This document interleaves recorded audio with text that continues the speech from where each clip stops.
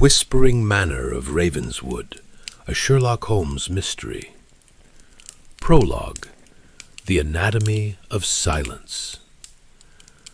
Let us begin not in the usual way, not with the crackle of a welcoming hearth, nor the comforting murmur of a sleeping house, not with a storm's first peal of thunder. Let us begin where true dread makes its home, in silence. Not a simple absence of sound, but a presence, a thick velvet weight that settles on the room, pressing against your ears until your own heartbeat is a drum in the quiet, until the rustle of your sleeve against the chair is a crack of lightning.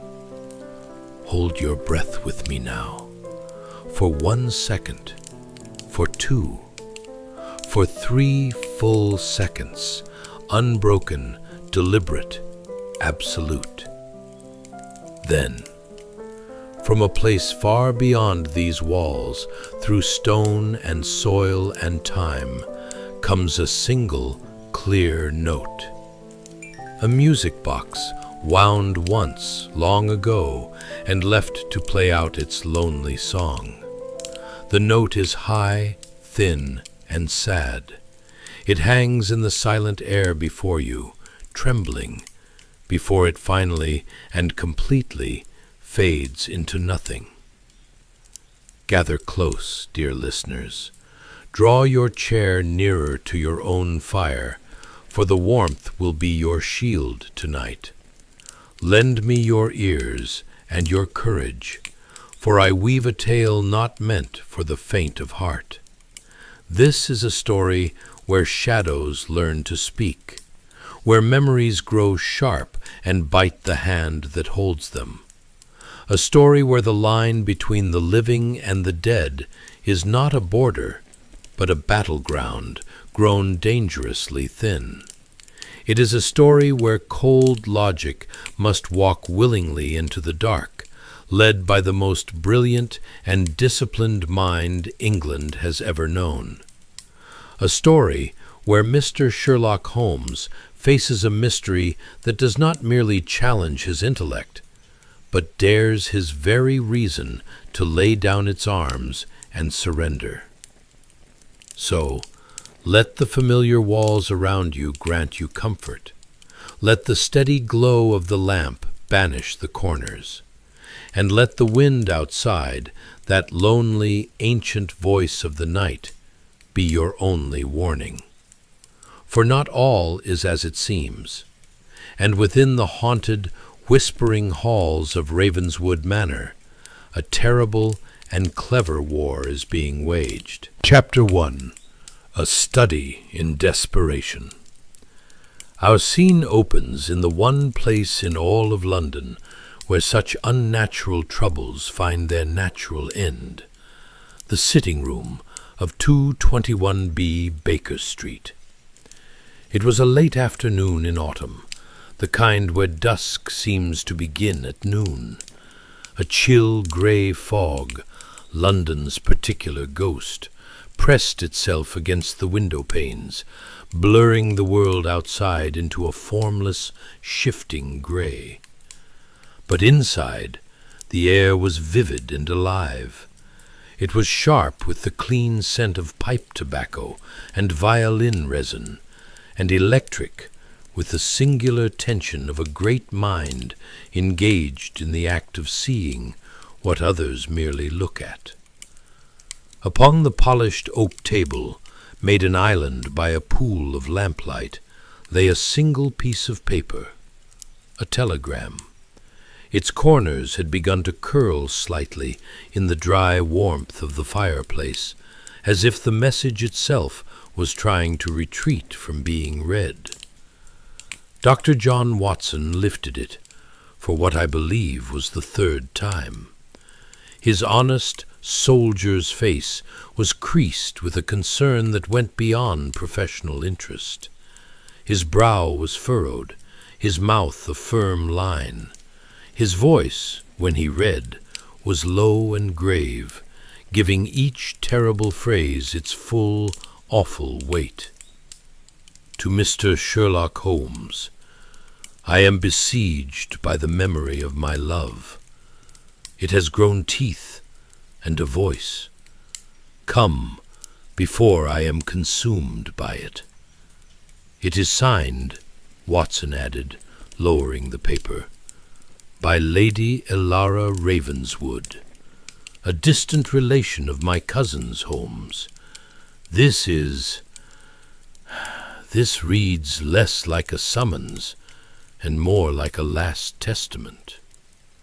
At the window, a silhouette turned from the contemplation of the formless fog. Sherlock Holmes was often still, but his stillness was never passive. It was the stillness of a predator or a mathematician on the verge of a solution. He turned slowly, and his pale, discerning eyes fixed not on his friend's face, but on the word that now hung vibrating in the space between them. Besieged, Holmes repeated. He let the syllable roll on his tongue, tasting it, dissecting it. A conscious choice of word, Watson, an illuminating one. Consider, one is not besieged by a feeling. One is overwhelmed by grief, drowned in sorrow, haunted by memory. These are floods, they are tides. But a siege. He took a step into the room, his hands coming to rest behind his back. A siege is a strategy. It is a campaign. It requires an enemy that plans, that studies the defenses, that attacks in waves with intention to wear down the spirit.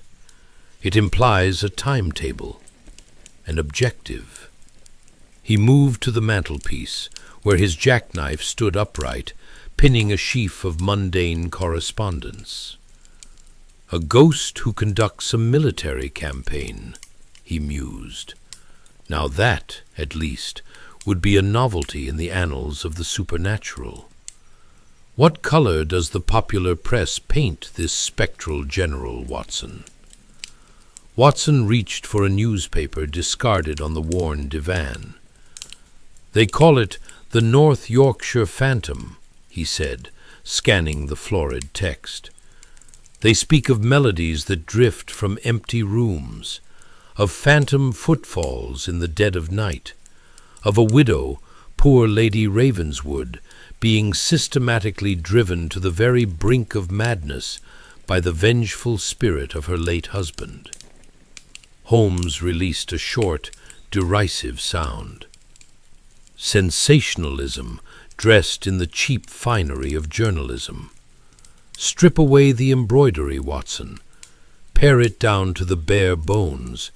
What do you have? A single fixed location, a predictable, repeating hour of attack, a strict progression of sensations, first a unnatural cold, then a sound, then a vision. That is not the chaos of the afterlife. That, he said, his eyes now gleaming with a cold, familiar light, is choreography. And a ghost with a timetable is no ghost at all. He turned fully to his friend, and his expression was no longer one of academic interest, but of grim, focused determination. The game was afoot. Pack your revolver, Doctor, and your most practical coat. We are not traveling north to hunt a spirit. We are going to find the man who so desperately wishes the world to believe in one. Chapter 2. The Hungry Soil. Their journey was a retreat from the known world. The train from London carried them north, but it felt less like travel and more like a deliberate descent, not merely through the geography of England, but backwards through layers of time and belief. Brick and mortar gave way to vast open sky. The ordered fields of the south yielded to the wild, untamed moors of North Yorkshire. By the time they hired a carriage at the last outpost of a town, the modern world had fallen completely away. The sky was a vast bruised canopy of purple and grey. Beneath it, the land itself seemed to brood. Great sweeps of heather, dark and tangled like matted hair, rolled away to a horizon lost in mist. It was a landscape that remembered older gods and older fears. Their driver was a man seemingly carved from the same granite that dotted the moors. His hands were large and leathery on the reins, his eyes perpetually narrowed against a wind that had scoured his face into a map of grim patience. He did not speak for a long time, and when he did, it was not to his passengers, but to the twilight itself, in the low, resigned tone of one stating a simple, terrible fact. "They say the Ravenswood soil is hungry, sirs," he muttered, the words almost lost in the rush of air. "Has been for centuries. It don't let a family rest easy. It takes its due. The last master, Lord Alistair, a fine horseman. His animal came back alone, just a year past. Found the master on the black path, neck broken. A tragic accident, the inquest said. The man's jaw worked, but folk here have long memories. That horse was the steadiest in the county, and the master, he knew that path like his own drawing-room, could ride it blindfolded in the dark. In the swaying carriage, Holmes stirred. He had been a statue, absorbing the bleak beauty outside. Now he leaned forward, his gaze sharpening like a blade being drawn. "The black path. Describe it to me." "A nasty, steep track behind the manor, sir. Cuts down to a treacherous stream. Rocks like teeth. No reason for anyone to use it, except it's the shortest way to the old quarry." "Perhaps his knowledge failed him," Holmes suggested, his voice casual. "Or perhaps it was helped to fail. Tell me, who has come to the manor since that day? Not social visitors. I mean men with a purpose. Workers, men with wagons and crates." The driver squinted into the past, guiding the horse around a deep rut.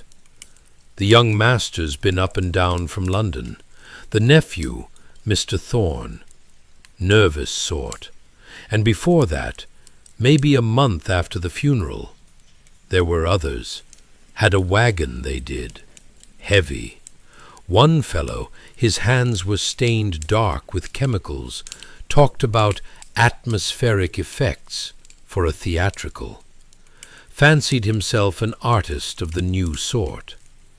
Holmes leaned back into the shadows of the carriage, and in the gloom Watson saw the brief, cold flash of a smile. "Theatre people," Holmes murmured, almost to himself. "Of course. Ghosts, my dear Watson, are not spontaneous phenomena. They require a stage, a script, and above all, a stage manager. It appears Ravenswood Manor has engaged all three." The manor announced itself long before they saw it, first as a darker patch in the gloom, then as a jagged silhouette against the last sulphur-yellow streak of sunset. Ravenswood Manor did not welcome, it endured.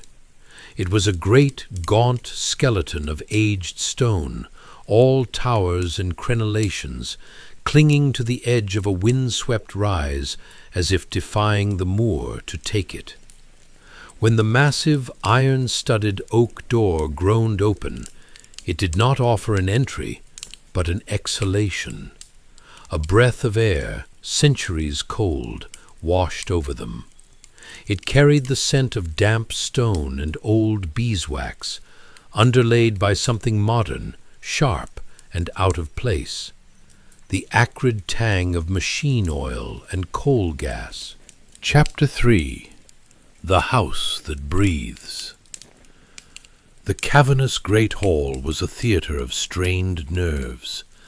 They were received not by a single host, but by a tableau of acute anxiety, frozen under the weak light of flickering gas jets. At its centre was Lady Elara Ravenswood. She was a woman translated into grief. Dressed in deepest black, she seemed almost spectral herself, pale and thin, her eyes wide and perpetually moving, scanning the corners of the vast room as if tracking an unseen enemy's maneuvers. Her hands fluttered like captive birds. Beside her stood a stark contrast, Mr. Edgar Thorne, her nephew. He was a man of perhaps 30, with a smooth, unlined face and carefully trimmed hair. His gestures were economical, precise, but his eyes, Watson noted, were not still. They were watchful, calculating, moving from Holmes to Watson and back again, assessing, measuring. Behind them, completing this portrait of a household under strain, stood the staff. Pritchard, the butler, was an older man whose face was set in lines of rigid propriety, though a faint tremor in his hands betrayed him.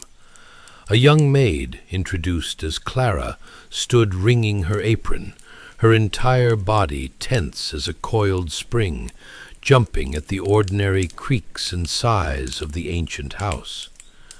Lady Elara did not wait for formalities. She surged forward and seized Watson's hand in both of hers. Her grip was shockingly cold and desperately strong.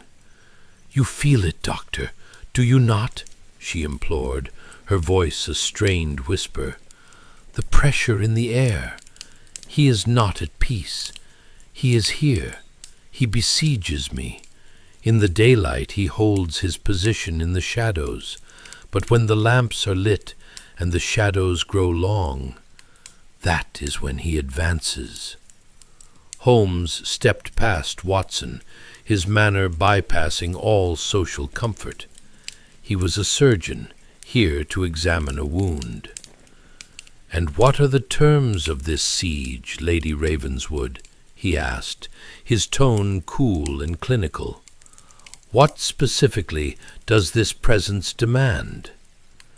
"It begins not with words, but with a cold intention," she said, wrapping her arms around herself. "A demand that settles in the marrow of your bones. And then the music. It steals from the old nursery on the 3rd floor, every night as the clock strikes 11. The same lullaby, but twisted, cruel. It is not a memory, Mr. Holmes. It is an assault." "I would speak with your staff, madam," Holmes announced, his tone leaving no room for dissent. He first approached the maid, Clara, who shrank back slightly. "You hear this music?" "Yes, sir," the girl stammered, her eyes downcast. "But begging your pardon, sir, it don't come from upstairs. Not to my thinking. It's lower, in the walls themselves, sir, like a great piece of clockwork, winding itself up deep in the cellars." Holmes then turned his hawk-like gaze on the butler. "Pritchard, you know this house's bones, its moods. Has its respiration changed of late? New drafts? Unusual dampness?" The butler's face remained a mask of professional neutrality, but a small muscle in his jaw twitched once, twice.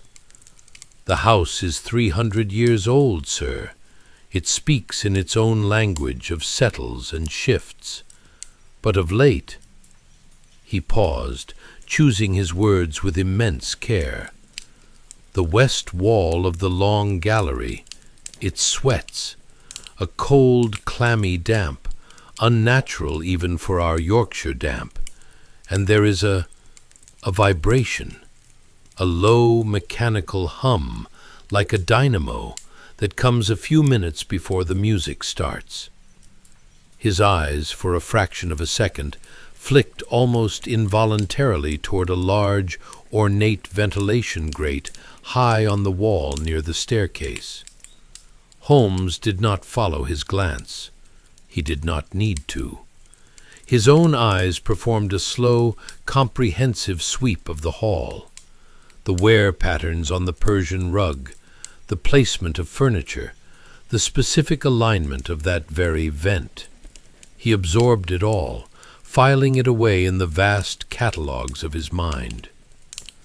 "I should like to see this gallery," he said, his voice now soft, almost conversational. "And I should like to see it alone." Chapter 4. The Gallery of Sighs and the Engineering of Fear. The Gallery of Sighs was well named. It was a long, narrow passage of a room, more a throat than a gallery, lined on both sides with the grim, oil-painted ancestors of the Ravenswood line. Their eyes, painted by artists long dead, seemed to follow one's progress with uniform disapproval. The air was still and tomb-cold. Holmes ignored the painted audience. His interest lay in the architecture of the room itself, the stage, not the scenery. He moved with a predatory silence, his gaze lowered. On his hands and knees he examined the floorboards, finding faint, repeated scuff marks that led to and from a particular section of dark oak wainscoting. He studied the brass gas jets, his lens glinting as he noted one fixture near a large portrait of the late Lord Alistair that was newer, its brass less tarnished by time and coal smoke than its neighbors. His long, sensitive fingers began to trace the intricate carvings of the wooden panels. They moved over leaves and heraldic shields until they found it, a hairline seam, perfectly vertical, disguised within the grain of the wood. Not a crack, a join. He applied pressure. With a soft, decisive, a section of the wall, 3 feet wide, swung smoothly inward. The cavity behind was shallow, but ingeniously equipped. Holmes saw a speaking tube of polished copper, a series of pulleys connected to a leather bellows, and a cleverly angled mirror. It was not a priest's hole for hiding a man. It was a confessional for projecting a personality. A listening post and a broadcasting station built into the very bones of the house. "A priest's hole for a secular age," he muttered to the dust-filled darkness, "designed not for salvation, but for deception." He closed the panels silently and sought out Watson in a secluded corner of the library. "The key to any siege, Watson," he said, his voice low, "is often found in a weakness of the fortification's own foundation, the original tragedy. Come, before the light fails entirely." The black path was a grim, eroded scar on the hillside behind the manor. Holmes moved over it with the focus of a bloodhound, his lens in hand. He paused at the gnarled tree root cited in the official inquest report as the cause of the fatal stumble. "The public cause," he noted with dismissive brevity. 10 yards farther down, where the path softened into mud, shielded by a thicket of bracken, his search ended. There, preserved in the thick clay, was a deep, clear impression of a boot heel, and it was pointed toward the path, not away from it, the mark of someone lying in wait, not of a rider passing by. Nestled in the edge of the print was a small mud-caked object. Holmes pried it loose and cleaned it on his handkerchief. It was a gold cuff-link, and engraved upon its face was the clear, sharp image of a hawk's head, the crest of the Thorn family. An accident requires only misfortune and a loose stone, Holmes stated, pocketing the evidence. Murder, Watson, requires presence. He returned to the drawing-room where the household had gathered, his demeanor now that of a general on the eve of battle. "Tonight," he announced, his voice cutting through the tense silence, "the siege will reach its climax. Lady Elara, you will retire to your room and lock your door. Do not open it, no matter what you hear. Dr. Watson and I shall hold the gallery. Let us see what form this persistent memory takes when it is squarely confronted." Edgar Thorne shifted uncomfortably in his chair. "Is that wise, Mr. Holmes?" he asked, a note of strained concern in his voice. "To provoke what we do not understand?" Holmes turned his gaze upon the younger man. It was not a look of anger, but of pure glacial understanding. "On the contrary, Mr. Thorne," he replied, his voice like ice. "I understand it perfectly. I am simply waiting for the final act to begin." Chapter 5. The Ghost in the Machine. Night fell upon Ravenswood Manor like a shroud. The wind, a constant presence on the moor, rose to a shriek around the stone towers, scratching at the windows with skeletal fingers. But within the gallery of sighs, sealed off from the storm, a deeper silence took hold. It was a taut, wire-tight silence, pregnant with dreadful expectation. Watson sat in a deep alcove, his trusted service revolver heavy and cold in his hand. Holmes stood motionless in the very center of the room, a statue of pure concentration, his eyes closed, every sense tuned to the atmosphere around him. Then, precisely as the clock elsewhere in the house began to chime 11, the assault began. It started with the air itself. The temperature plummeted with a shocking, violent speed. A biting chemical cold exploded from the ornate vents near the ceiling. A thin, milky fog poured from the same grates, spreading across the floor like a spectral tide, swallowing the legs of chairs and tables. Watson's breath crystallized before his face. The very air seemed to ache with cold. 1, 2, 3. 3 seconds of absolute ringing silence within the cold. The music came next. It did not seem to have a source. It emanated from the stones, from the portraits, from the air itself, a distorted, mournful, slightly off-key rendition of a child's lullaby. The familiar tune was made sinister by its slowness, its metallic timbre, the sense of a mechanism winding down. And then the voice. It issued from the direction of the large portrait of Lord Alistair Ravenswood. It was a sibilant, mechanized whisper, scratchy and hollow, yet imbued with a terrible gravity. "Elara, this house is a tomb. You must go." Watson's blood seemed to freeze solid. His scientific mind screamed impossible, but his primal heart hammered against his ribs in animal terror.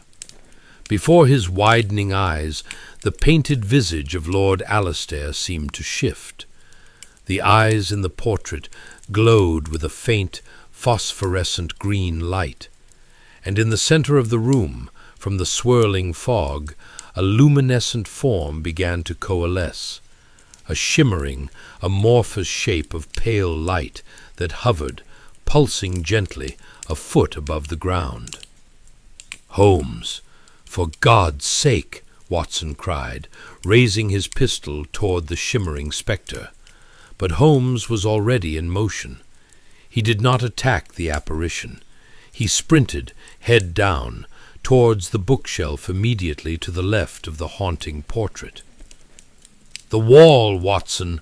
Holmes roared, his voice a crack of command in the eerie chamber.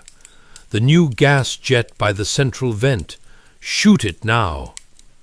Confused, but trusting his friend utterly, Watson shifted his aim. He fired. The deafening report of the revolver was shockingly loud. The bullet struck the newer brass fitting Holmes had noted hours before. There was a sharp ping, a violent hiss of escaping pressurized gas, and a spark from the ricochet on the stone. That spark met the vaporized chemical in the air. A brief greenish flame whooshed from the vent, illuminating for a split second the entire intricate network of hidden copper tubes that snaked behind the walls. In that stark, revealing flash of light, Holmes tore down a heavy Flemish tapestry beside the bookshelf. It concealed not stone, but a recessed alcove. There, hunched over a complex apparatus, his face a mask of shock, fury, and sudden defeat, was Edgar Thorne. Before him, on a small table, sat a magic lantern, its bright carbine projecting the ghostly image onto a hidden sheet of glass. A phonograph cylinder spun on its turntable, its needle tracing the pre-recorded whisper. Canisters of chemicals stood open, their vapors feeding into the tube system. "Phonograph for the voice!" Holmes roared, seizing the spinning cylinder and halting the awful whisper. Calcium chloride and ether vapor for the cold and the fog. A painted slide and a focused lens for your spirit, and a simple phosphorescent paste activated by the heat of a remote gas flame to make the portrait's eyes gleam with otherworldly life. He held the cylinder aloft, a siege engine, Thorne, built not of iron, but of lies. Watson, recovering his wits, found the main gas valve in the corner and turned it. The gas jets in the gallery blazed to full, steady light. The ghost vanished instantly, revealed as a trick of optics. The chemical fog began to thin, dissolving into nothingness. The piercing cold started to recede, leaving only the acrid smell of spent chemicals and the sour odor of human sweat. Edgar Thorne sank to his knees in the alcove, his grand illusion dismantled, his ambition laid bare. He was utterly defeated. Chapter 6. The Morning After and a Full Confession. Dawn broke over Ravenswood Manor, not as a relief, but as a revelation. The cleansing gray light stripped the house of its mystery, revealing it for what it was, a shell, a stage set rigged for a performance of terror. In the bright, cold light of the library, Holmes laid out the components of the deception upon a large oak table. The magic lantern, the empty chemical canisters, the pulleys and bellows from the wall cavity, the modified music box, its gears exposed. "A machine, Lady Elara," Holmes said, his voice gentler now, tempered with a pity he rarely showed. "Designed with a singular, cruel purpose. not to kill the body, but to shatter the mind. Mr. Thorne understood the law of inheritance. A sane, grieving widow cannot be easily dispossessed of a vast estate. But a mad woman? A woman haunted, day and night, by the vengeful ghost of the husband she fears she failed? He looked at Thorne with contempt. Such a woman would sign over her entire inheritance, her very home, to anyone who promised her peace. She would pay any price to end the siege. Holmes then placed the single mud-caked gold cufflink on the table beside the machinery. It looked small and sordid against the clever gadgets. This was the first act of the play, Lady Ravenswood, found on the black path. It is not proof of a haunting. It is proof of a presence. His presence, Thorne, at the scene of your uncle's accident. The murder that made this entire grotesque theater possible. The dam broke.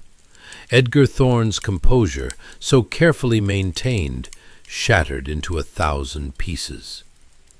"It was an accident," he blurted, his voice cracking with a mix of defiance and despair.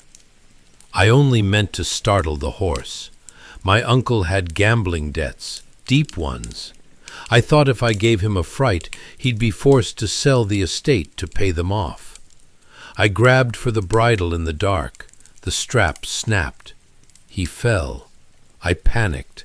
I ran." He hid his face in his hands, his shoulders shaking. But then, with her grief, the idea came to me. It was perfect. If she left, if a doctor declared her unfit, the estate would come to me.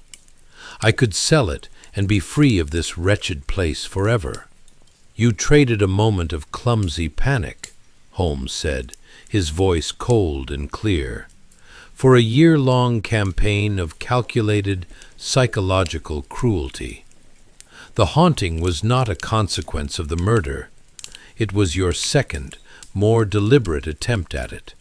Confronted with the evidence and his employer's confession, Pritchard the butler, his face ashen, admitted to accepting regular bribes to ignore the workmen and to ensure certain doors and passageways were left unlocked at specific times. His loyalty, it seemed, had a precise price. By midday, the local constables had arrived from the village. The North Yorkshire phantom, once the talk of the press, was gone. In its place stood the sordid, all-too-human truth of greed, fear, and a desperate, wicked cleverness.